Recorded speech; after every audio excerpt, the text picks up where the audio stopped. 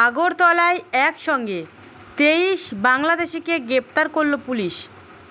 অধিকাংশের বয়স ১৯ থেকে ৩০ বছরের মধ্যে। স্টেশন চত্বর থেকে গ্রেপ্তার ২৩ বাংলাদেশি। ধৃতদের বেশিরভাগের বয়স ৩০ বছরের মধ্যে। ধৃতদের মধ্যে রয়েছেন এক দালালও। কী কারণে এতজন বাংলাদেশি ত্রিপুরায় এসেছিলেন তা খতিয়ে দেখছে পুলিশ। বাংলাদেশে কোটা সংস্কার আন্দোলনকে ঘিরে হিংসা পরবর্তী সময়ে পুলিশি ধরপাকড় এখনও অব্যাহত। এসবের মধ্যে ত্রিপুরায় একসঙ্গে ২৩ বাংলাদেশি ধরা পড়ল পুলিশের হাতে। গোপন সূত্রে পাওয়া তথ্যের ভিত্তিতে শনিবার রাতে আগরতলা স্টেশন চত্বর থেকে ওই ২৩ জনকে গ্রেপ্তার করে রেল পুলিশ। ধৃতদের মধ্যে এক দালালও রয়েছেন। প্রাথমিকভাবে জিআরপি সূত্রে খবর, ধৃত ২৩ জনই বাংলাদেশের চাঁপাইনবাবগঞ্জ জেলার বাসিন্দা।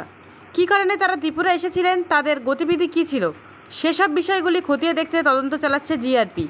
সংবাদ সংস্থা এএনআই সূত্রে খবর, এতজন বাংলাদেশি নাগরিক একসঙ্গে কী করছিল, এর সঙ্গে আরও বড় কোনো চক্র জড়িত রয়েছে কিনা তা খতিয়ে দেখা হচ্ছে। যে ২৩ জনকে গ্রেপ্তার করা হয়েছে তাদের বেশিরভাগের বয়স ৩৩ বছরের নিচে। ১৯ বছর বয়সী বেশ কয়েকজন যুবক রয়েছে ধৃতদের তালিকায়।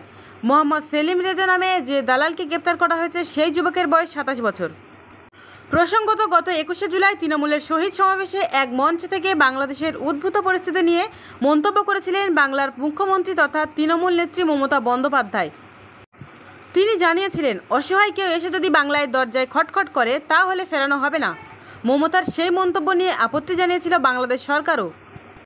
তার মন্তব্যের কারণে বিভ্রান্তি ছড়িয়েছে বলে দাবি করেছিলেন বাংলাদেশের বিদেশমন্ত্রী হাসান মাহমুদ।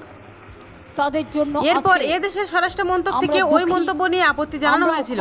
কেন্দ্রকে পাল্টা দিয়ে আবার মমতা শুনিয়ে দিয়েছিলেন তাকে যেন না শেখাতে হয়, অর্থাৎ তাকে শেখানোর দরকার নেই। কেন্দ্রকে পাল্টা তিনি বলেছেন যে যুক্তরাষ্ট্রীয় কাঠামো আমি খুব ভালোভাবেই জানি।